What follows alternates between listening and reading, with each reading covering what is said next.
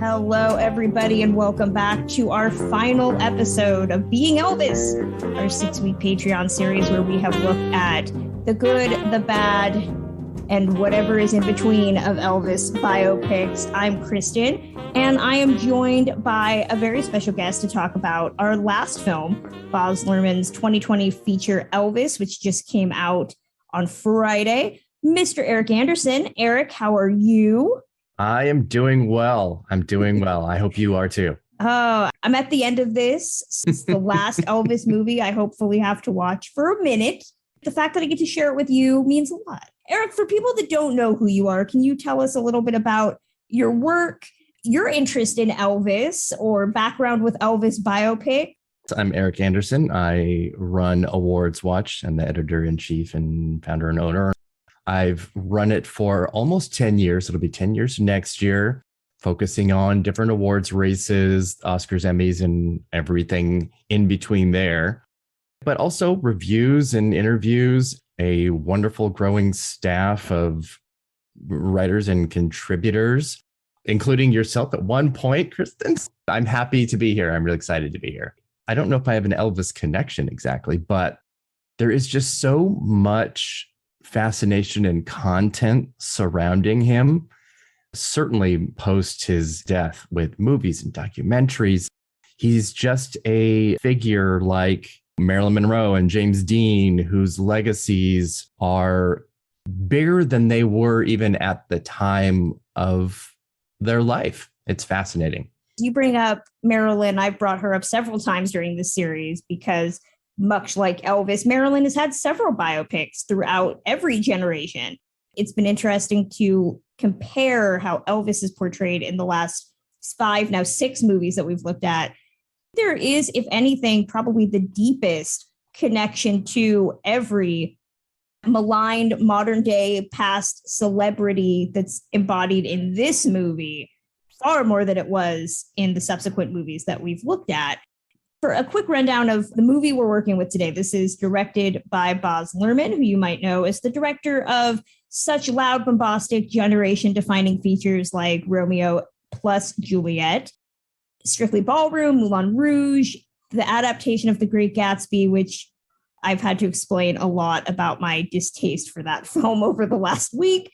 It has a script attributed to Luhrmann, as well as 2 co-screenwriters, Sam Bromell, who is best known for working on Baz Luhrmann's television show, The Get Down, as well as Luhrmann's longtime collaborator, Craig Pierce, who did Luhrmann's first 3 scripts. So all of them came together to make this movie, which stars Austin Butler as Elvis, Tom Hanks as Colonel Tom Parker, and a bunch of other characters that you really don't need to know about because they don't have a lot of screen time in this movie. It is a womb to tomb-ish look at Elvis's life from his teenagehood through to his demise, all told by a dying Colonel Tom Parker wandering the afterlife casino that is his Valhalla, apparently. I don't know about you, Erik, but I've had a lot of preconceived notions about this movie from the minute the first trailer came out.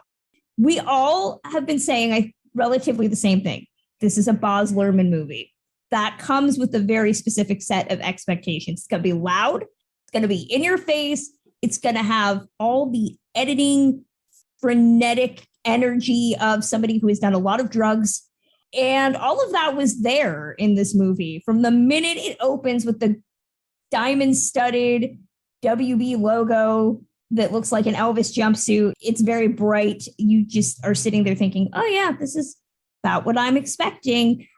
I was not expecting us to open with the Colonel. We've talked about the Colonel throughout this entire series. We started with Pat Hingle playing a guy that shows up for one scene in Elvis 1979. We've seen him as Beau Bridges in 1993's Elvis and the Colonel, being this muted Machiavelli, all the way up to last week's episode on 2005's Elvis with Randy Quaid playing a colonel that was equal parts P.T. Barnum, but also business genius and also maybe is kind of a bad person. Oh no, we are doubling, tripling down on all of this. This Colonel is unrepentantly horrific.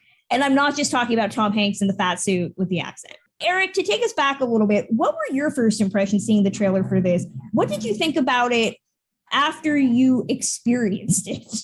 I am an absolute Lerman apologist, complete and utter. And so my feelings going into it, I was already deigned to like it because I'm such a fan of all of his other work. The wilder, the better. But the trailer was a bit of a mixed bag because as much as I was digging Austin Butler and super excited about the look of it, the Tom Hanks of it all did give me some pause. It gave me a little bit of Jared Leto PTSD, like House of Gucci style. And that was one of my most hated performances of last year and of all time. I was a little nervous. But then I saw the film, and yes, Hanks is absolutely ridiculous. But in context, I was a lot easier with. Not that I liked him, but I didn't hate what he was doing and the choices that he was making. Lerman deciding to use the unreliable narrator as the framing device for this, not totally uncommon. It's an interesting thing, and I think we'll probably get into this in a little bit, because you're entering this story with only essentially the words and beliefs of this narrator. So because this narrator is such a mustache twirling villain, you're put in the audience position of, oh, do I listen to this super villain weirdo and go with that? Or am I extra sympathetic to the person and the subject that they're talking about? It allows a lot of sidestepping of Elvis history. But ultimately, and to your point about that beginning was straight up Romeo and Juliet with how that opens. I was like, hook it in my veins. I am here. It is in both arms. I am ready. Let's go. You brought up the similarities between this and Romeo and Juliet, which the opening of the 96 Romeo and Juliet is probably one of my favorite openings. I can do that whole sequence verbatim. It's a good party trick. If you ever see me in person, I can do it. In using the Colonel, and maybe it's because I've immersed myself willingly in 6 weeks of Elvis, what's so hard to get past, first off, is the accent. The accent is a real hard thing to get through. He sounded like the villains in The Dark Crystal. There's a lot of lisping, slithering like the tongue Skeksis? sounds. Yes. He sounded like that. There's a lot of just slithering mouth noises in his performance that was just hard to get through. Unreliable narrators can work. We've seen them work. And we talked about how in Elvis and the Colonel, we have dead Elvis popping up here and there talking, but it was inconsistent in that. And it's inconsistent here too. Mm-hmm. That was what really threw me is the inconsistency. There's large swaths of this movie where you don't hear the Colonel voiceovering at all. And the movie is stronger for it. At the same time, with an unreliable narrator, you get moments where he discloses things that make you say, I kind of wish that the person who was involved in this movie was telling me this. He says at certain points, why does he do that? I don't know why he likes music by the Black community. Wouldn't it be great if we had Elvis narrating this and telling us why he likes music from the Black community or why he makes these decisions? Ultimately, having Colonel Tom Parker be the narrator is really hard considering the overall point of this movie, which is the parasitic exploitation of celebrities. Everybody, when they're all feeding at the trough, cannot be objective because they're always working in their best interests. When you have the story of a man whose life was not his own being told by the man who owned his life, it's a bit of a double-edged sword. It's like having the Britney Spears story told by her dad. Isn't really the point of this that she needs to find her own voice and tell her story? And that's really, I think, ultimately what I wanted from Elvis, because Austin Butler is the best part of this movie, hands down. The movie is at its strongest when it trusts him to lead the film. Catherine Martin's production is second to none. Nobody is doing it like her. Nobody. It's a weird thing. The length of the movie absolutely doesn't do it any favors. And I don't have issues with long movies, but it's 2 hours and 39 minutes. With previews, it's a 3-hour sit. Yeah, there are too many periods where, like you said, the narration is inconsistent.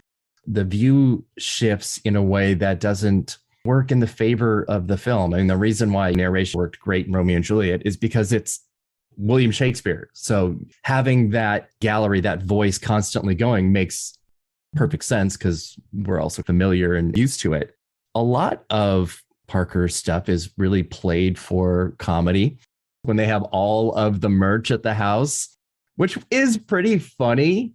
I liked one part of that, and it was the "I hate Elvis" pin, because there was something to it that felt like it was very much referencing now. Culture, Stan culture, has such definitive lines of love and hate and how that works. Elvis even mentions that he's getting canceled. Every time I would hear little bits of language like that, that felt like it was commentary on 2022, I winced a little bit. And there is quite a bit of it. There is a moment where Elvis, towards the end of the movie, asks the Colonel, "Who are you?" And he says, "I'm Elvis." And I just kept thinking of that line from the New Yorker post that Ronan Farrow wrote about Britney Spears, where Jamie Spears said, "I'm Britney Spears." I just kept thinking, oh, we're doing that, which it's impossible to talk about Elvis without talking about modern day celebrity and Marilyn. Marilyn's the same way. And I'm pretty sure we'll see a lot of Britney Spears comparisons, no different than we get when we see Marilyn movies. So you can't talk about these characters existing in a vacuum. They all exist in the same way, which is interesting how pointed it is. I've noticed is there are moments where Tom Hanks is allowed to act. That's unfortunately the most frustrating element of his performance in this. It's such a prosthetic role. You're stopped by the look, the fat suit, the jowls, that you often forget that Tom Hanks is a good actor and a serious performer. But there's a scene in this movie where it's after Elvis's mother has died and he's crying in her closet. He has to go up there and tell him to come down and take pictures. So you have this point where you're like, oh, this character is horrible. He's going to make this poor guy go downstairs while he's mourning his mother. And the press does subsequently take pictures of him and his dad as they're mourning. But to have Hanks go up there with that goal in mind and to perform the sequence with Austin Butler and say, your mother's gone. There's nothing I can do about that, but I can be like your mother and I'll wait here while you, and I will worry for her. It's a really powerful moment. When we had Sheila O'Malley on the last 2 episodes talking about the Colonel, there is no Elvis without the Colonel. It's understandable why the Colonel is such a big part of this movie. But a lot of the movies so far had emphasized, upped the Machiavelli element, especially as we got into the 2000s, as this was a guy who, yes, had great business sense, but he didn't really care about Elvis. He was this mean old cold man, took 50% of his earnings. A court figured that out and told him he was a horrible person. But the movie does do this really delicate balancing act, and I exemplified in that moment of there was certainly love and appreciation, misguided though it was, as we've seen in numerous toxic relationships. The most toxic relationships come from a person who truly believes that they're doing this because they love you. That sequence really does set things up. Now, mind you, it comes over an hour into the movie, and this is a movie that sets up Colonel Tom Parker's and Elvis's relationship. They don't talk to each other until the first 30 minutes. We don't see their infamous meeting as we've seen in previous biopics. It's just one day he sees them and they're working together. Then they sign a contract. It's really confusing. This movie is trying to do so many things. It's, as you mentioned, the runtime is so prodigious. It's juggling so many hats that I was talking to my mom, who I went to see the movie with, and I was like, there's a good 2-hour movie here. If you cut to specific beats, the 60s to the 70s is really interesting, and it's a great stretch of time. Had the movie streamlined things, moments like that sequence between Tom Hanks and Austin Butler would have sung a lot better than being in this morass of events that are happening. There is such a specific nature and approach that Lerman takes with Parker here. It's a mustache twirling villain. There's not a lot of nuance to him. We literally see him skulking around doorways and peering through stuff. Even in that scene in the closet when Elvis is hugging his mother's clothes.